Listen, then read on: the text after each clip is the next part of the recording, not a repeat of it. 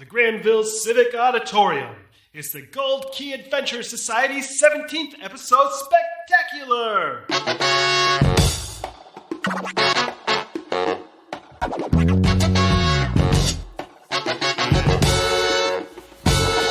Hello, I'm Dan Leonard. You may remember me from such episodes as Don't Smuggle Tarantulas in Your Pants and Disney Plus and Chill. Tonight, we're here to honor America's favorite bunch of goofballs, travel planners, and Disney enthusiasts. You'll hear long-lost goofs, the best travel news from your favorite episodes, and rediscover the saga of Dave and Epcot. So join me, won't you, for the Gold Key Adventurers Society 17th episode spectacular! First up for you, we have one of our earliest weird and wonderful news stories that was actually cut for time from episode 3. Here is the curious case of Fidel Castro's crocodile. Okay, I want to share one more thing just because I want to talk about it, and who knows if we have time for it. Let's hear it. Okay, so I decided that this counted as a travel story because an aquarium in Sweden might be someplace you might go if you are touring Sweden. Dateline Sweden, Fidel Castro's crocodile bites man at aquarium party. What? Those are words I never thought I would get the chance to say. So a man has been hospitalized. A man has been hospitalized after being bitten by a crocodile that once belonged to the late Cuban leader Fidel Castro earlier this week. How did Fidel Castro's crocodile end up in Sweden? That is at an aquarium party. That's a great question. So, the crocodile is one of two Cuban crocodiles that were originally given to a Russian cosmonaut by Castro in the 70s. Oh, no. So the story gets even better, right? So the cosmonaut brought the crocodiles back to Moscow, and eventually they were brought to Sweden and ended up in the aquarium there. And the man was attending a crayfish party, which is apparently a traditional Swedish celebration at which you eat crayfish. And he was leaning against the tank and had his arm on the wrong side of the glass and got himself bit. Oh, no. That's amazing. Why did they have a crocodile at the party? Right. Well, it was at the aquarium. Oh, but I mean, it was at an aquarium. I just, for some reason, I had it in my head that they were like, okay, and now we're going to bring in the crocodiles. The traditional Swedish crawdad as party. you do, Right, yes, traditional, right? Like it's tradition. Don't mock tradition. As one does. So maybe if this story grows, then all of the millennials are going to go to Sweden for the crawfish Absolutely. instead. We'll watch for that travel trend. Absolutely. Sounds good.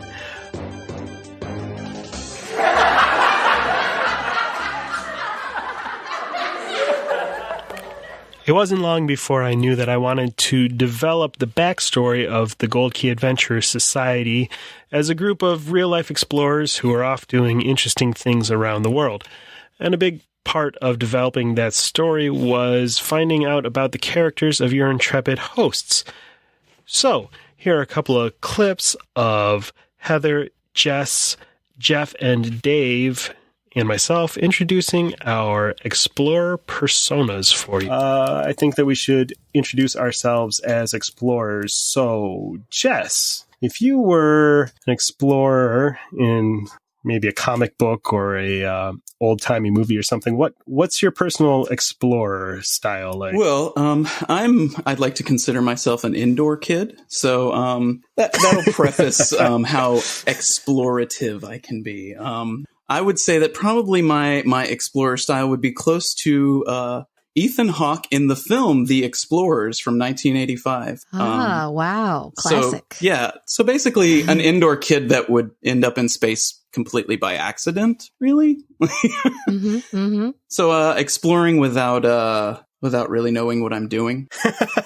Yeah, I enjoy myself, so no matter what. Right. And no matter how reluctantly you were dragged into it. Yeah, exactly. Whether it's aliens planting a circuit board in my dreams or, just going to a theme park. Hey, Yeah, whatever it takes. Okay, how about you, Heather? So I have always been fascinated with time and space for exploration. You see where this is going? You see where this is going, I think, Dan. So I'm going to have to say Amelia Pond. from Doctor Who. Awesome. Yes. Yes, my favorite doctor and one of my favorite companions. My favorite companion, not my favorite doctor, but it's okay. My second favorite. Awesome. Well, I like to think that I'm a dashing Indiana Jones type. I like it. Yes. I've long had a love of Indiana Jones. When I was young, I considered studying archaeology just so I could be an archaeology professor during the school year. That's fantastic. And raid temples during the summer. I'm afraid that sometimes I might be more of a Carl from Up. Carl Fredricksen? Yeah, I might be more of a Carl Fredricksen at times. I'm not quite as old as he is, although my children think I am. So we're going to go with a happy medium between the two. Hi, Jeff. Welcome to the newsroom. Hey now. So, Jeff, tell us about your personal adventure style. If you were the star of an adventure movie, what would your character be? I think I would probably be, I'd like to think I was Indiana Jones or something exciting, but I think I'm Vern from Stand By Me. Kind of the chubby kid that wants to do it, but then talks himself out of it, but then does it, but then doesn't really like it and complains the whole time, but winds up having a good time. Everybody needs a Vern in their life, right? Absolutely. Yeah. I know Ernest sure did. Know what I mean? All right, Dave, welcome to the show. Hey, thanks for having me. Same question, Dave. What kind of adventurer are you? I would have to say I'm Baloo, a big wild animal that occasionally has to be responsible. Like to just have fun. And so Baloo's my spirit animal.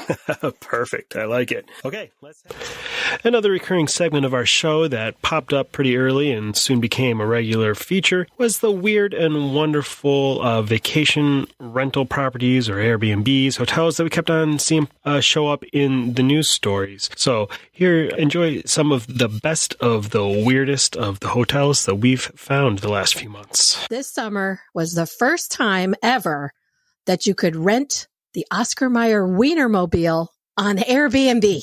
And the pictures, you've got to see the pictures of how they've decked it out as an Airbnb, all hot dog themed, of course. Of course. So they tried this out for the first time this summer during Lollapalooza. And they say that if it was a success, they're going to do it again. Amenities include a mini fridge stocked with Oscar Mayer hot dogs, all the Chicago-style toppings you need, and an Oscar Mayer rolling grill to take home. Have y'all ever seen the inside of the Oscar Mayer Wienermobile? I've seen it roll by before, but I've never gotten to see the inside. I just have to ask, like, is there a bed? They put a bed in it. Yes, it normally doesn't have it. They're like, we got hot dogs, we got toppings. Yeah. Is there a bed? They put a bed and a couch. Yeah, it's like a small camper because the drivers actually like live in it and drive around the country for a while. They sign up for a certain tour or duty. Yeah, and it says that during your rental, you're not allowed to drive it. It was just parked. That was my next question. Like, that's no fun. Yeah, sorry. That was the point. It looks so fun, though. Does it smell like hot dogs? I bet. I mean, I hope. There is also another interesting Airbnb that's come up for rental now, and it's shaped like a giant dog. You've got to see the pictures of this one too. It's a giant beagle in Idaho. Yes. It sleeps up to 4 people, has 2 bedrooms. It also has a library of books, games, and puzzles, which are dog themed. Of course. Of course. Light snack foods and an in-the-dog breakfast is included, and it's only $163 a night. That's a steal. If you find yourself in Idaho, you got to check this thing out. It's called, it's called the Dog Bark Park Inn and B&B in Cottonwood, Idaho. Oh, and there's a Disney name. There's a giant fire hydrant in the yard. Well, of course. Seems like a necessity. Is that where you have to go? There are bathrooms inside the dog. Never fear. Heather, save me. You got a news story? I do. So we talked on an earlier episode about being able to spend a night in the Oscar Mayer Wienermobile. Well, this is just in time for our listeners to jump on this and maybe have the chance to spend the night in the Goodyear Blimp. Oh, that would be cool. Oh. Yes. So the Goodyear Blimp is transforming into an Airbnb for 3 nights, and reservations will go live on October 15th when this podcast is released. If you're lucky enough to nab a reservation, you can spend they're doing it in one night stays. So you could spend either the night of October 22nd, 23rd, or 24th in the blimp.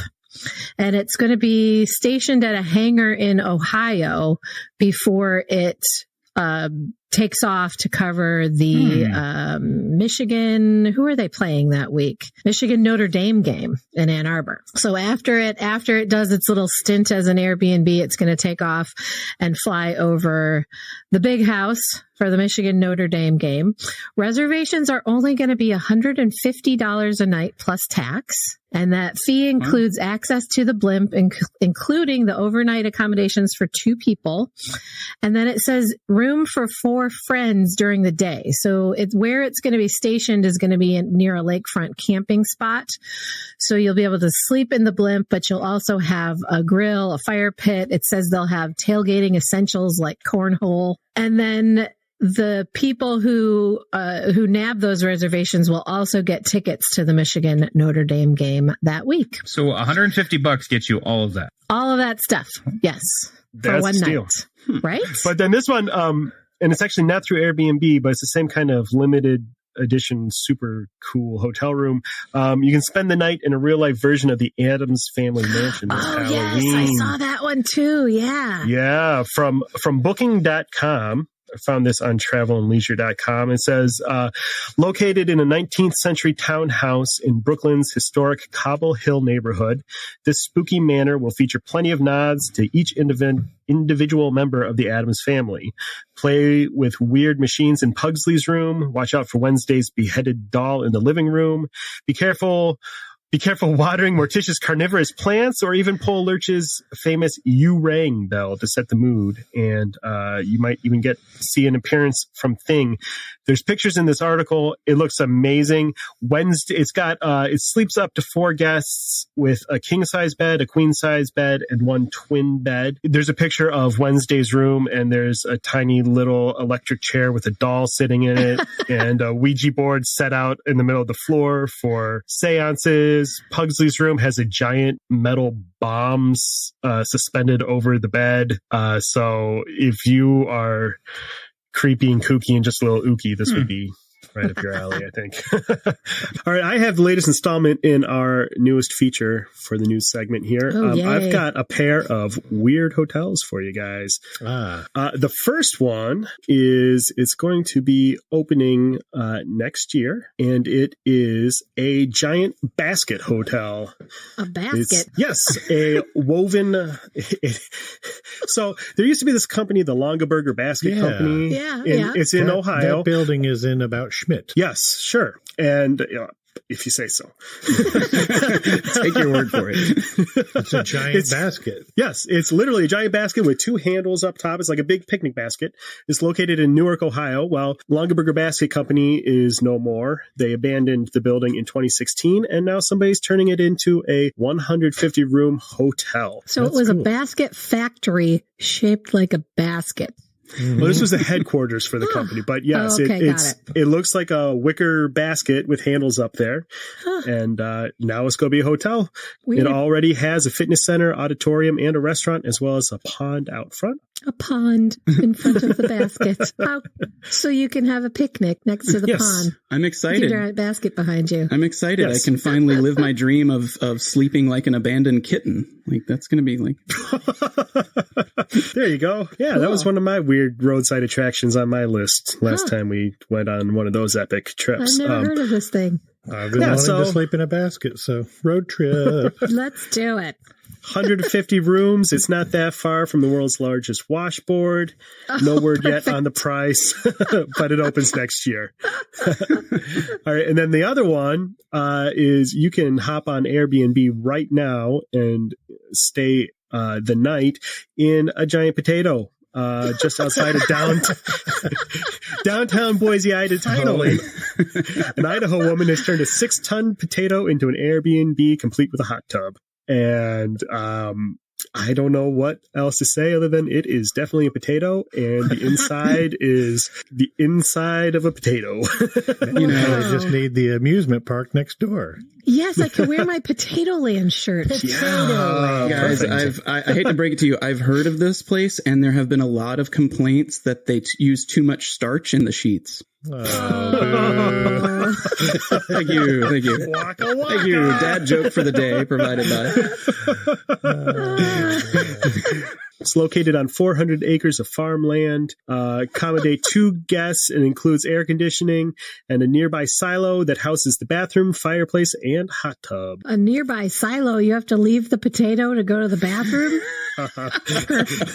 This potato is not huge. It's like a Airstream trailer size. I have to leave my potato to go to the bathroom.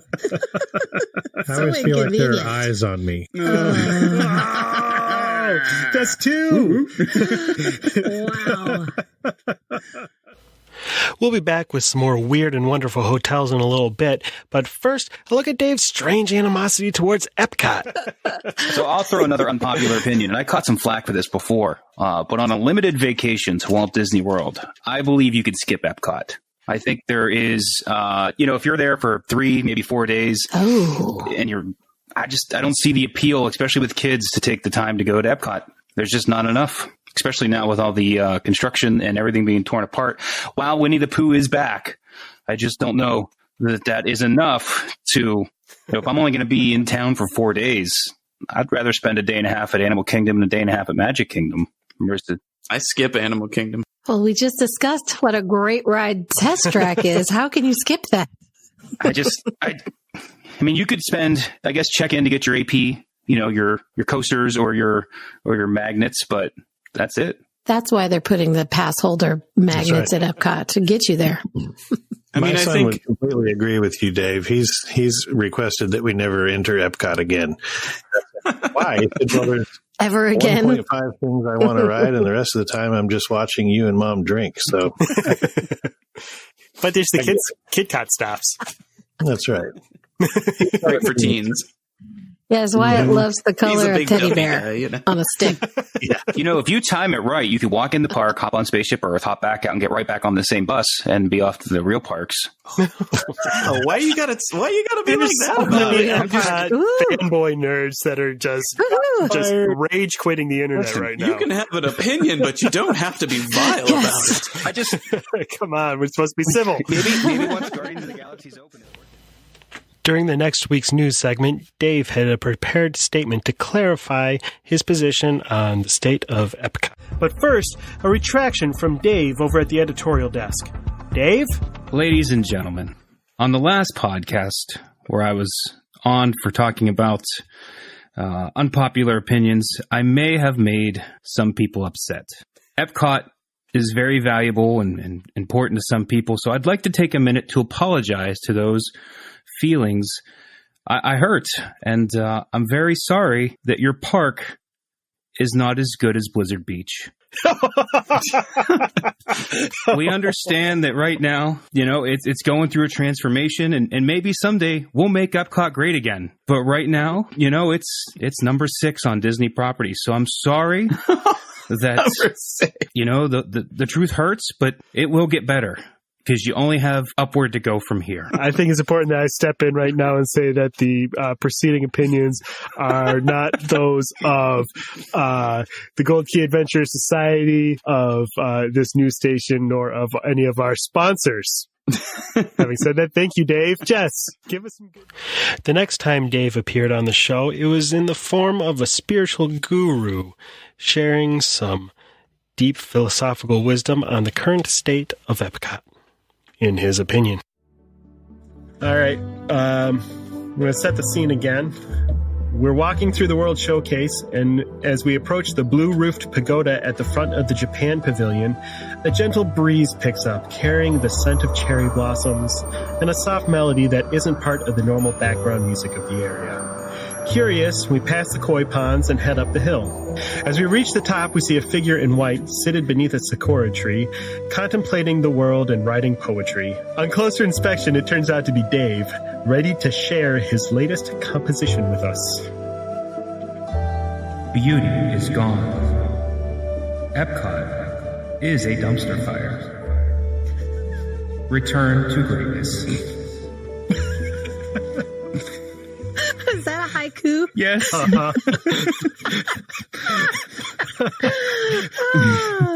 that was amazing. Should we sit back and contemplate that for a minute? What does it mean to you personally? Yeah. How many listeners will we lose this week? At least it was elegant. I mean, That was well done. It was very well done. I appreciated it. I feel wiser for having my life has been enriched. I wouldn't go that far. You have no idea how hard it is to write something that's only 7 syllables. Haiku is an art form. Yeah, you have to count on 2 hands that way. Wait a second. What are you saying, Dan?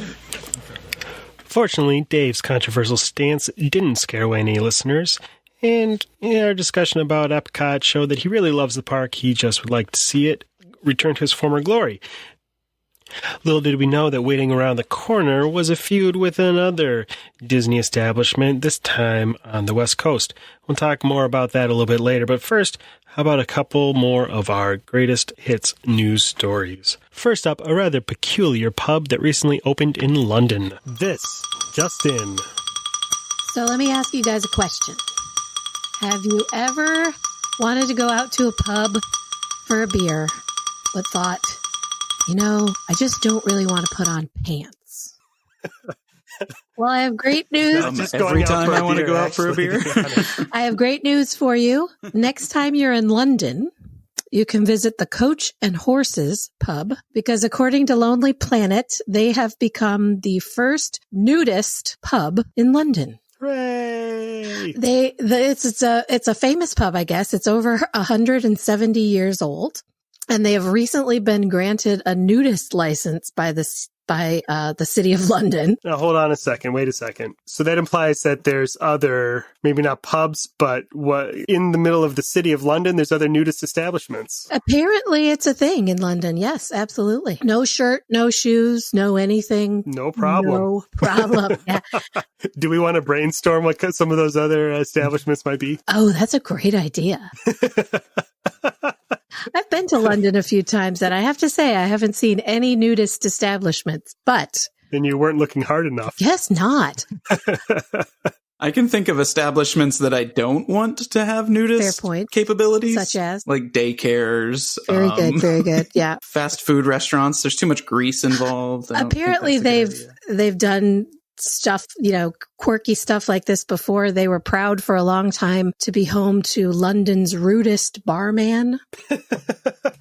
Well, that's not going to improve his attitude anymore by letting people naked. Then for a while they were a playhouse. They were a vegetarian pub for a while. They said that even though the license allows anyone, guests and staff included, to strip down, you can't just walk in anytime with it all hanging out.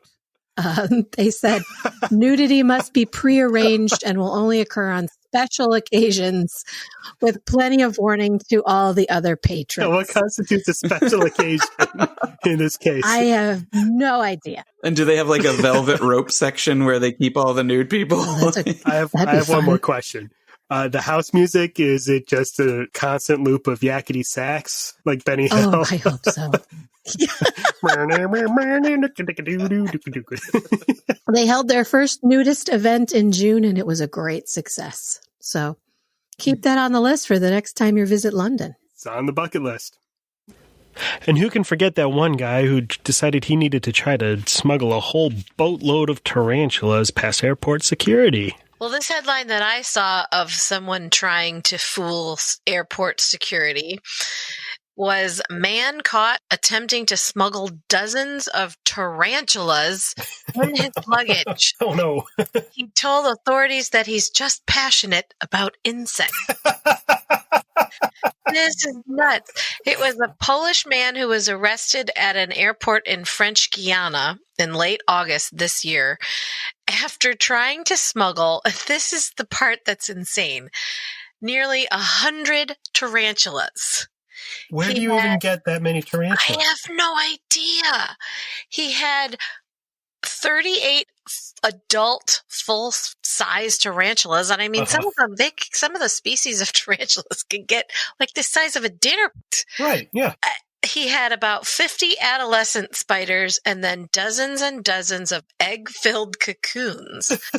When he was stopped by airport security, he was trying to board a plane to Paris, and he told authorities he's just so passionate about insects that he was bringing them back with him.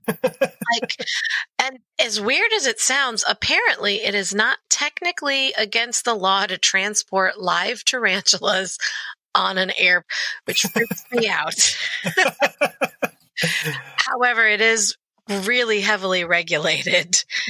And I should hope so. Thank goodness. I mean, if you've seen snakes on a plane, I don't want to imagine those spiders getting out. I mean, it's not like he put them in his check bag. He was trying to take them right onto the cabin. Well, here's my question. I'm curious about the logistics, right? So, inside his carry-on bag, did he have smaller individual containers these spiders were in, or did he just shove them all in there? I mean, so when they find them, do they unzip it and they come flooding?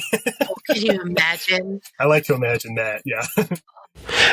It turns out that recently Dave had an unpleasant experience at Flo's V8 Cafe at Disneyland. I present without any further comment a montage of his various thoughts and advice when it comes to visiting Flo. Believing that storyline also goes a long way to help fight this kind of disappointment. And to avoid at all cost Flo's V8 Cafe. Just don't go there. Okay, well, with that, we're going to say goodbye. You're just going to have to cut us off now. So until next week, we're going to say goodbye. Bye. I miss you guys. Don't go to Flo's. They tend to at Walt Disney Going World. back to our friends in Disneyland, California Adventure, one of the most underrated pieces of property is Flo's V8 Cafe. It You is. take that back right now. You can get a cold chicken. You can get a cold chicken. It's a culinary delight. A melted Cold milkshake. You fried can get a melted chicken milkshake. fried in old oil that tastes funny. So Yep. I think Cold it's chicken underrated. and hot milkshakes. Yeah, but you can get that milkshake in a souvenir Radiator Racer's cup. Or what was it it? The Piston Piston Cup? You're Cup. not piston cup, Yeah. yes. Why would you want? More like- why would you being want? Why genuine, would you want a Dave. piston cup? Yeah, I like you stole my joke. Once you do all of the exclusive things in Hollywood, then they move you down to Disneyland. Oh, that's where you get to eat at Flo's. Yes. If you're lucky. And everything else is closed. As we know, that was Dave's favorite part of this trip. I think that was everybody's Sometimes things are being refurbished, so Until then, we're going to say see you real soon. Don't go to Flo's. Don't go to Flo's. And And my favorite show so far on Disney Plus is Don't Go to Flo's. see you next week. We've got two more weird and wonderful hotels for you. First up, an opportunity to stay in Buddy the Elf's apartment in New York City. Nice. Okay, so the other hotel I have, this one's in New York City, also from Travel and Leisure. Club Wyndham's Midtown 45 hotel will transform one of its one-bedroom suites into the ultimate holiday-themed room inspired by Buddy the Elf. Oh. And is full of all of Buddy's favorite things, including spaghetti with syrup. Oh. The room features a full kitchen, spacious living room, a playlist of Christmas music, oversized Christmas tree, door dressed in an elf jacket, paper snowflakes, popcorn garlands, and all of Buddy's favorite toys, light, bright welcome message, Jack in the Boxes, and the walls covered in gift wrap. Kitchen is stocked with candy canes, candy corn, and maple syrup. Everything you need to recreate Buddy's favorite dish, which is spaghetti with syrup, marshmallows, chocolate sauce, Pop-Tarts, rolls of cookie dough, M&Ms, and a few liters of soda. My son would be so excited to hear that being served. He doesn't care what the theming is, but that sounds like his dinner if he could choose it. So I don't know. Yeah. I think my stomach just slipped thinking about it. it's a lot. Beginning November 25th, it's available to book for nights between December 2nd and December 26th through the Club Wyndham website. Prices for the suite begin at $3.99 a night. It's not bad. That's not terrible. I mean, it really does look like, I don't know if this will show up on your screens, but Yeah, you get the point. It looks like it's straight out of how he decorates his stepdad's apartment. So, look, guys, yeah, I know it's not his stepdad. It's his real dad. He went to find his real dad. That's on me. I'm sorry. Back to our regularly scheduled program. Christmas threw up is what I'm seeing. Yes, precisely. It's pretty easy. And last but certainly not least, a story about an igloo hotel in Finland that quickly devolved into a game of make Dan pronounce difficult words. All right, well, I've got another hotel to share. You folks might remember way back around episode 3, 4, 5, one of Heather's first times with us. She told us about some igloos way up near the North Pole that were like $100,000 to go stay in. They were on the North Pole, yeah. Yeah. Well, if you are okay with going a little bit farther south to the city of, this is going to be fun. Come on, you can say it. Ranuanjärvi. Nailed it. Which I believe that's Finland, right? Sure. Yes. The Arctic Fox igloos, they are a steal. For 2 people to stay there is only €500 a night. Oh. So much more affordable. That's way more affordable than $100,000 a night. Yeah. Yeah. So these igloos, a big glass dome for your bed, and then there's a little brick hut that has the sitting room, kitchenette, bathroom, and a tiny little sauna. Includes a double bed, bathroom with toilet and sauna, kitchenette, and table for 2. You even get an electric water boiler and a microwave. Breakfast is included in the price. I mean, basically, you're going to lay in your bed and stare out over the frozen lake during the day and at the northern lights at night. And what city did you say that was in, Dan? Ranuanjärvi. And the €500 per night for 2 people, that was for the high season, the winter months. If you're okay with going in summertime, it's wicked cheap. It's for 2 people, it's only €150 a night. Oh, that is a bargain. Cheaper hotels in Ranuanjärvi. Yeah, probably for June, July, and August. So save yourself a few pennies and I expect and that in, but not in Ranuanjärvi. Ranuanjärvi.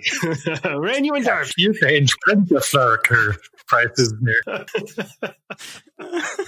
And there goes our Icelandic listener base. And this is why I let Dan do that piece. He did not want to have to say that word. I'm sure my accent is excellent. Spot on. Spot on. Yeah. In case you haven't noticed, sometimes this show gets just a little bit weird. Up next, we have 2 news stories that perfectly illustrate that fact. First up, just tells us all about a swarm of bees around the new Hagrid roller coaster at Universal Orlando. Okay, what you got for me, Jess? Well, in more slightly terrifying travel news, a recent bee infestation closed Hagrid's Magical Creatures motorbike adventures at Universal's Islands of Adventure. So this past Wednesday, October the 2nd, the ride closed down early in the afternoon because hundreds, possibly thousands of bees were found near the attraction. Universal didn't say what they were doing to clear the bees, which have apparently been plaguing the coaster since September 25th. I guess reports have said that various Patronus charms were being used. I think possibly a bear would be a good one for this. Whatever they did, it seemed to have worked, and the ride reopened later Wednesday evening. So yeah, we're not sure exactly what happened or where it was or what they did, but it seems to be better now. And when reached for a comment, Nicolas Cage was quoted as saying, "Oh, what is it? What is that? What is it? Oh, no, not the bees! Not the bees! Ah! My eyes!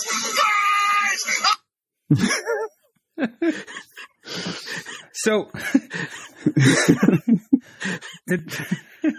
This show is weird. I need an adult. You should have known That's what you the were. problem. We let the adults went away for a week, and all of a sudden, This is what happens. This is why we can't have nice things. So did anybody ask Universal what Indian burial ground they put this roller coaster on? Because they have had the worst luck. Yeah, I think at that point they were just happy it was the bees that closed it down and not just, operation problems. But Do we know what kind of bees they were? Honeybees or the evil bees? I don't know. I think at that point, when there's that many of them, they're all considered evil in some way. And of course, I'm sure there was like some Universal PR person that's like, no. We play this off as the new edition of magical creatures. They're crazy scorcher bees or some sort of weird, we'll put a weird name on them. And yeah, they're a new Harry Potter creature. you weave it into the story. Exactly. Now all of a sudden the story is you're running away from bees. Exactly. It's all about theming. So. I mean, if the coaster's going fast enough, technically the bees couldn't sting you, right? Or they'll sting you extra hard. I mean, like, kind of assist them. Technically. But I've run into some large bugs while riding a motorcycle. And it doesn't feel good even if they're not stinging you. They feel like rocks. Yeah, got something in your teeth. That too, yeah. Ugh. Seriously, where's the adult? Okay. And then there's the news story that's been haunting my dreams ever since Heather first shared it with us. I'm talking, of course, about Canada's infamous sour toe cocktail. Ugh. Stretch out. So I have something that I think is going to be an instant add to all of your bucket lists, boys. Here we go. Yes. And this is a trip you're going to want to take just to try this cocktail. Mm-hmm. It's a cocktail called the Sourdough Cocktail, and it can only be found at the Sourdough Saloon in Dawson City, Canada. And basically, this is a cocktail with a mummified human toe in it. What? Any takers? No, thank I'm not going to lie. Yes. You had me in the first half. Whatever else is in there, I don't care. The recipe for this cocktail is very simple. It's 1 ounce of alcohol, your choice, whatever alcohol you like. Everclear. 1 dehydrated, mummified toe, and then you garnish with courage. If you can do this, you get a certificate that says you drank it. Now, the rules are, so you pay for your shot of choice, then you pay an extra $6, which is $8 Canadian, to one of the toe captains. Who will administer the toe-filled drink and go over the rules with you. No puking. You must let the toe hit your lips, but no biting, chewing, or putting the toe in your mouth. Swallowing the toe will also land you a fine of $1,900. So they're using the same toe over and over again? Actually, right now they have about 10 of them. But yes, they use them over and over. So the toe captain holds the toe in his hands and he says, you can drink it fast, you can drink it slow, but your lips must touch this gnarly toe. He then waves it in front of your nose and just drops it in your drink, and you do the shot. They say they have had the chief medical officer of the Yukon look at the drink, and it's been given a clean bill of health as long as they keep the toes mummified, which they do by they store them in salt, and then they serve it in at least 40% alcohol. Mm-hmm. And it keeps it completely legal. Right now, they have about 10 toes in rotation. You're leaving out an important detail. Where did these toes come from? So they say that they are donated to them, one of their big toes, and any toe is allowed. It doesn't have to be a big toe. But one of their big toes came from a British Marine who lost it to frostbite when he was running the Yukon Arctic Ultra Marathon last winter. And then more recently, another man donated his toe that he lost to gout Oh, I don't want that in my drink. Gross. They're always open to new donations to keep their stock up, so you can either donate in person or they will accept them by mail. They had one guy swallow a toe. A couple of them have been stolen, and after a certain period of time, they retire them before they start wearing down. He said that they usually get about 5 years out of each toe before they have to retire it. So they've been doing it for that long? Yeah. So I want to know who's up for a sour toe cocktail. Who's going to do it? Sour toe. Still a no for me, dog. No? I'm going to have to already be drunk for that, but I would try it at that point. I will have to share this article because there are some great photos of people kissing the toe. They must all be drunk. I do not know, but everybody basically says it's one of those funny bucket list things that when you look back on your life and think of silly things you've done, it's a great story to tell. That's not one of those things that you want to ever do sober. No, I don't need to drink something that had a mummified toe in it. Jess left me with a burning question, though. He said that it was a pass specifically on the frostbite toe. So which toes are okay to be? Yeah, which one would you take? Just a random healthy toe that somebody cut off and they mummified? I'm talking like, I want like this toe had nothing wrong with it. Not the gouty toe. It just was in the way and, wanted it to go to a good place. Lost a toe to gout. And now people are putting it in I don't want drink. like a leper's toe in my drink. That just ruins it. Ew. Right. Yeah. Although those are the easiest toes to get. You just pop them right off. That's right. They're a little runny. At least they're newer toes, too. We're not talking ancient pharaoh toes. We're talking 5-year-old toes. Less than 5 years old. That's correct. 5-year-old toes. But they are mummified. And if you see the picture, I mean, it's black. It's gross. Can't wait to get a look at that. Can you send it back and ask the waiter for a fresh toe? Oh, they even have some video on here. We're going to have to post this on our Facebook page so people can take a look. It's pretty gnarly. Sounds wonderful. But you get a certificate. And this says that one of the people they interviewed about it, the certificate lists how many people, which number person you are that did it. And this guy says his said he was the 91,373rd person to drink it. So a lot of people are doing this. What's the population of Canada? It's probably what percentage of Canada has had their lips on these toes? What else is there to do in the Yukon, I guess? Freeze is the your question. toes off. It says this cocktail dates back to the 1920s, and it's related to a bootlegging legend about a pair of brothers who placed one of their frostbitten toes in moonshine. So if you have the drink twice, do you get counted twice? Yeah, sure. So you probably get two certificates for being double crazy. There's a possibility that someone's done this more than once. That is true. Yeah, good point. Somebody just really likes the toe. You have to. You don't get your certificate unless you prove that it touched your lips. Ugh, gross. Imagine if you accidentally swallowed that. Yeah. Like, I mean, that's coming back up. There's no way that's staying down there. And you have to pay a fine. It's not just that you swallowed a toe. You have to pay for it. That is coming back up. There is absolutely no doubt about it. That'll really kick you in the end. Huh? Either on its own or I'm making it right there come back. Ugh, you're making me a little sick, Dave. You know what's fun? On the statistics from Apple for the show, I can see second by second a line of when people check out on the episode. Oh. I can guarantee I know where we're going to have a sharp decline in listenership this week. Sour toe cocktail. We're going on a field trip to the Yukon. We're doing it. As you might imagine, things got a little bit weird when we were discussing all things spooky this year during the Halloween season. First up, Jess recounts a rather uncomfortable encounter with the paranormal in a bathroom. And I've never felt like any sort of like ghost thing before in my life, but going to the bathroom in that house, every single time I felt like somebody was standing behind me. And so, I got to the point where I didn't want to go there anymore. And it was actually the first time I ever went there was right before going to a haunted house, like on Halloween.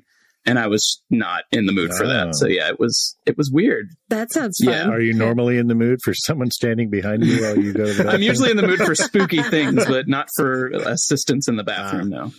Gotcha. I can handle it That's myself. spooky in the wrong way. Yeah. Then just got a little bit worked up while reviewing the classic Eddie Murphy film, The Haunted Mansion. This clip also reveals Jess's hidden talent, that is impersonating Madame Leota actress Jennifer Tilly. She's just rolling through the yard. And not to mention that she is played by Jennifer Tilly. Okay, so you've got Eleanor Audley, The who's, worst got voice this sort ever. of gravitas and meaning to her. And then you've got Jennifer Tilly, who's like, serpents and spiders, tail of a rat, calling us spirits. And I'm just, like a who drunk casted baby. this? It makes no sense. Madame Leota would later return to make a comment about Flo's V8 Cafe. So until then, we're going to say see you real soon. Don't go to Flo's. Don't go to Flo's. And also to help us out with a bumper for the commercial segment of our show. Stay tuned for that right after this word from our sponsor. Serpents and spiders, tail of a rat. After these messages, we'll be right back. It turns out that your favorite adventures have a whole host of hidden talents, with podcasts being a audio medium that translates mostly to singing and celebrity impressions. Here's a montage of some of our best. All right, guys, I decided to spring this one on you without any warning. Before we get to the news, it's very important that everybody shares their favorite song from an Epcot show or attraction, and I'm going to need your answer in the form of a brief musical performance, whether that's humming, whistling, rapping, singing. I'll go first to give you guys a chance to think. This one's been stuck in my head for about a week now because that's the kind of life I lead. I love the song that goes veggie fruit fruit veggie fruit fruit Kitchen Cabaret. veggie fruit veggie fruit fruit Kitchen veggie Cabaret, fruit classic. It's That's a good such one. a good song. Such a good song. They should not. Darn you, Soren. All right, I'm jumping in. Imagination. She took the easy I one. had to get there before Jess. Now you guys are stuck. Oh no. I've got one that it's going to stick with us all day, but Uh-oh. let it go. Let it go. Dave. Something anymore. Jess. All right. I'm going to have to go with one of the Yanni instrumentals that they've used in the past for entrance music. So I have to sing this, right? Is that what you're saying? Hum it, whistle it, Okay. interpret it any way you Yeah, can. that's right. I have dug a hole for myself. You know what? I can't come up with it. You could always sing America, Spread Your Golden Wings. Oh, America, spread your golden wings. All right. There That's it That's is. as good as you're getting. That's what I was looking for. That's what I was looking for. That was Okay. good. I think we're That warmed was up and good. ready to go to the news. Jess, we got anything on the theme It's park? really just been. Obviously. I love the Obviously, one it's about- right on top of the I love the dome. one about don't beat baby Buford. That's my favorite. What? How's that one go again? Yeah, Don't Shoot 'em. beat baby Buford or something like that. Sing it. Not it. Somebody sing it for us. Come on. Mama, don't whoop Oh. little Buford. There it is. Don't hit him That's what it upside was, his yeah. head. It's been a while since I've seen that. My family hates that attraction. Want to go on a guided tour with Matthew McConaughey? All right. Yeah. I would punch him in the throat by the end of the first hour. I'm How certain many of it. people could fit in that Lincoln anyway? As you can see, we're cruising down the road in a Lincoln. What celebrity would I want to lead me on a For our guided next tour? activity, we're going to stare out of the abyss. Employees that were in there like pointing, go this way. This is the way So to you're get doing out. all this great, scary stuff, and then here's this 18-year-old go, "Hey, mister, go down this way." Kind of took me out a little bit. "We need you to put your pants on and go home, sir." Like you'd get lost. To not get me lost. You'd end up on Mars. With the space modulator. I'm kind of picturing like Pee-wee's Big Adventure, the big dinosaur. Yeah, it's like that on steroids, it looks like. But I want Pee-wee Herman to be there. yeah, well, I mean, I'm sure you could get him. He's not doing a lot these days. Oof, just watching movies during the day. He's collecting those fat DJ Rex. That's what I was about to say. He's DJing at the Let me cantina. ask you guys a question, because most of us here have heard that. I don't think that's actually him on the new DJ Rex. I read that he was coming back. Wow, man, his voice has changed a lot because it just doesn't sound the same. Well, he is a little bit older. Overly processed. Yeah, maybe? that might be it. Or my childhood memories are failing me. So It's not for sale, Francis. I'm a rebel, Dottie. I'm trying to use the phone. Let's just go watch that movie. We can do a commentary track. Yeah, screw you guys. I'm going home. I'd love to go on a tour guided by the guy from the B-52s. Because can you imagine visiting all these historical sites and that voice is telling you all the important information? This is the Grand Canyon. Get in my car. It's as big as a whale and it's about to set sail. This is where the witches were burned in Salem. Yeah, Anything fun. I'm going to go with that. I was going to say Christopher Walken because, he could make anything sound interesting, even if he didn't know what he was talking about. I don't do a Walken impersonation, so that's not. I don't have one. Throw that out there, and you don't have one. Normandy. There we go. There we go. That's where the jet fighters came in. I want to be the blue woman at the end of the Navi River ride because yoga is good for me, and I love to sing. Well, would you like to sing a few bars for us right now, Jeff? No, not right now. I'm not one of the Navi song in the Navi language, please. I don't even recall it. I'd have to learn it. Is Jeff, how about you sing the next news story? oh. And in theme park news, we've got a thing that's happening at Disneyland. It's groovy. That's pretty good. That's about as much as I'm willing to do. Thank you. This week. Sometimes, no matter how hard we try, we say something that's bound to alienate some segment of our listenership or other. Here's a compilation of all the demographic groups that we've potentially driven away. Our apologies if you're still listening. Please give us another chance. We really do love you. There's a big Wiccan community that lives in Salem, so it's kind of ironic. The irony is really dripping in Salem. All of the people who were hung were not actual witches, but now the place is full of real witches. Real witches. Well, yeah, people who yes, yeah. I mean, Jeff, if you just alienated our entire Wiccan listeners. There's going to be a pox on your house. Yeah. Way to go. Also, the surrounding towns are horrible. I'm pretty sure the next gathering of juggalos is taking place somewhere around here. So, are we going to alienate our juggalo fans? Dave, don't drive them away. I'm sorry. We need them. But listen, they're very fine people. But this guy is not wrong. causes the mayhem instead of a mischievous spirit. In China, they actually welcome elevators to fall and kill people, so they just turn it into a fun time. Well, and there goes our Chinese audience. They need a letter from the Chinese government.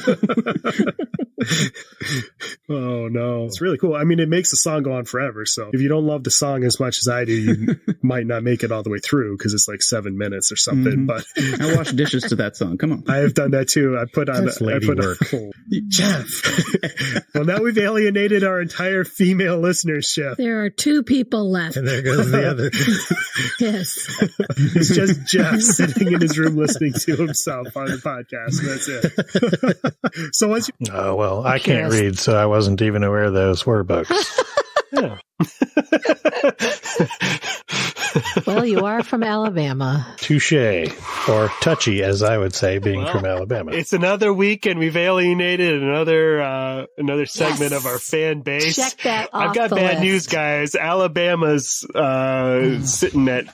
sitting at number 3 for our downloads. Uh-oh. It's going to take a sharp plunge. We're in trouble. I think We're going to have to win them back. they're really holding this show together. So we're saying a live show at Jeff's house. Yes. That's right. Exactly. Well,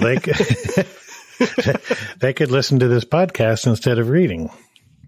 There you go. Nerds. It's just as informative and sometimes as entertaining. Just wait for the movie. So stressful, fast-paced, Long hours, short workers. Yeah.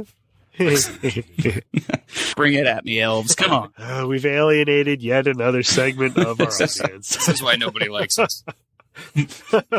Including the elves. All right, well, that's going to do it for the news segment. And if you've made it this far with us, we just want to say congratulations. Also, thank you for all your support this year, and we're looking forward to sharing 2020 with you. We're going to ride out the end of this episode for as long as you can hang on with a assortment of random funny goofs and bloopers and bits and bobs. Sometimes our brains break. Sometimes we think of funny things to say that just don't fit in anywhere else. So here's a whole bunch of stuff. Enjoy, and we'll see you next week for a very special Christmas episode. Remember, life is short and the world is wide, so go have an adventure. Well, I heard that, people are a little bit, the menu is a little exotic for some people's taste. No matter how immersive the atmosphere is, they still are looking for a theme park burger or chicken, right? There's no burger, but well, from what I hear, they're going to be making a change to the menu. No. Yep. From what I hear, for the kids menu, they're going to have a Wookiee burger. Okay. Initial reports are that it's delicious, but a little chewy. Okay. That's how I do. I'm not a mechanic or Same. aerosmith engineer by any way, but do those Aerosmith. planes have whatever. I'm not that Aerospace, is either. that the word you're looking for? Aerospace. You know what? Dave likes I to knew fly what I this meant, and way. that's all that matters. You know what? Let's get tickets for everybody. You know what? Never mind. I'm done with you guys. See you later, Dave. What were you going to say, Dave? But those bigger planes, you don't feel the turbulence as much, right? Like, because the bigger the plane, That's a lot more Yes. convenient than Clandestinely? Yes, that word. Than being sneaky and stealing an outlet at a store. We did Stranger Things, Poltergeist, the Halloween. Whichever one is Michael Myers, and I think there was one other one that we did. So we did 4, but we weren't. Halloween. That's the I one. don't want to correct you, but Jason is Friday the 13th. Yeah, they all start to look the same eventually. Especially when you're there's like 30 Michael Myers in that house, and it just got kind of laughable eventually. All right, well we're gonna take a. what country is that from? That's from Randy on Jackpot. Well, all right. Well, we're gonna have a discussion about we're gonna Oh, we're gonna do it. What are we going to do, Dan? You're gonna It's going to see. be great. It's going to be awesome. coming up next. We're gonna talk all about the brand new Disney Plus. There's a new one that's going to be opening up at the Imagination Pavilion as part of the Dixie. As part of the Disney and Pixar Short Film Festival. If you put them together, it could be Dixie. There we go. Yeah. Dixie Fest? That was my nickname in high school. I'm really glad my mother-in-law doesn't listen to the show. Yeah. So a Fun new fact, though, did you know an erector set was the idea behind that attraction? Yeah, erector set. Yeah, erector set. What? No way. No, Yes. I've literally He had an never erector set. heard that. Rector, damn he near got it. killed her.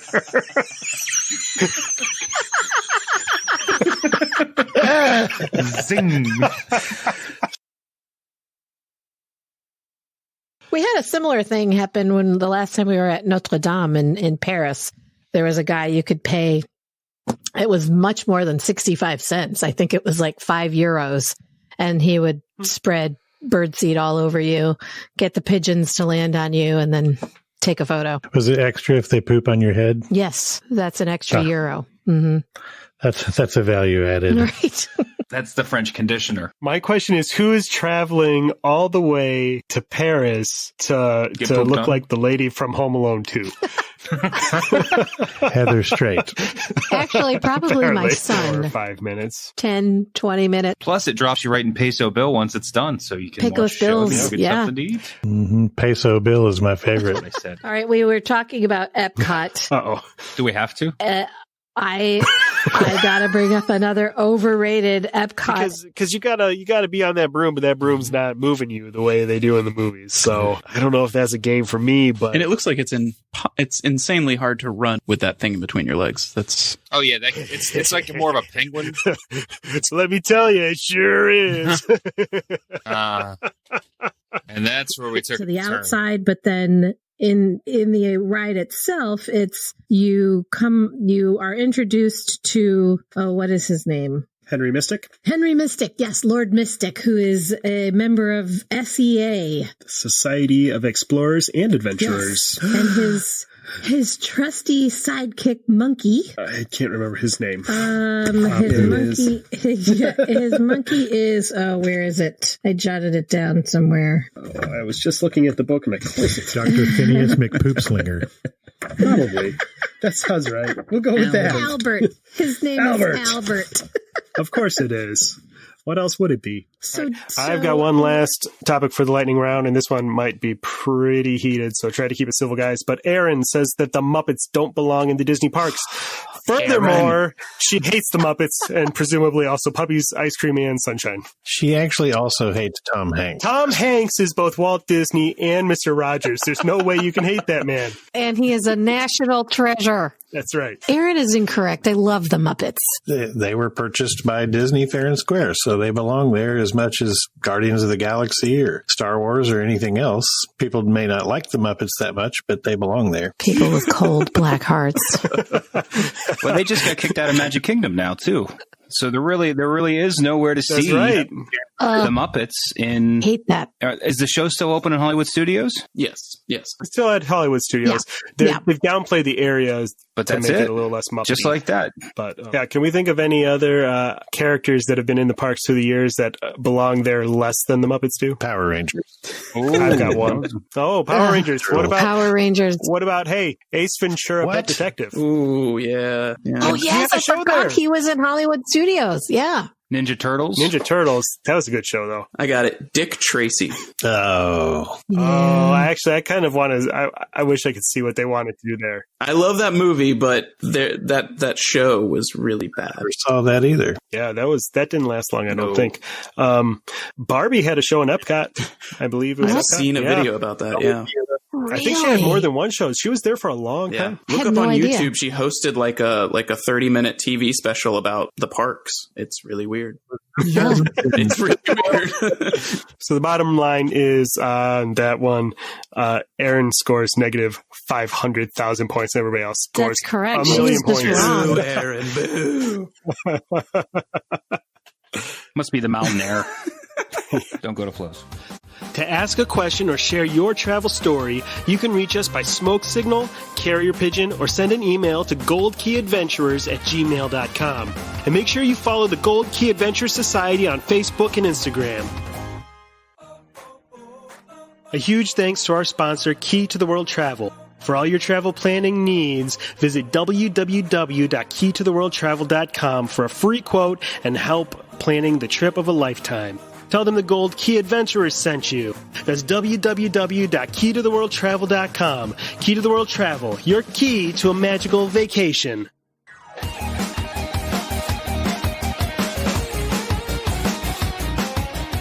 Thanks to Outer Vibe for the use of their song Hoka Hey for the intro and outro of our show. Find them on Facebook at The Outer Vibe or check out www.outervibe.com for tour dates, music, merch, and more.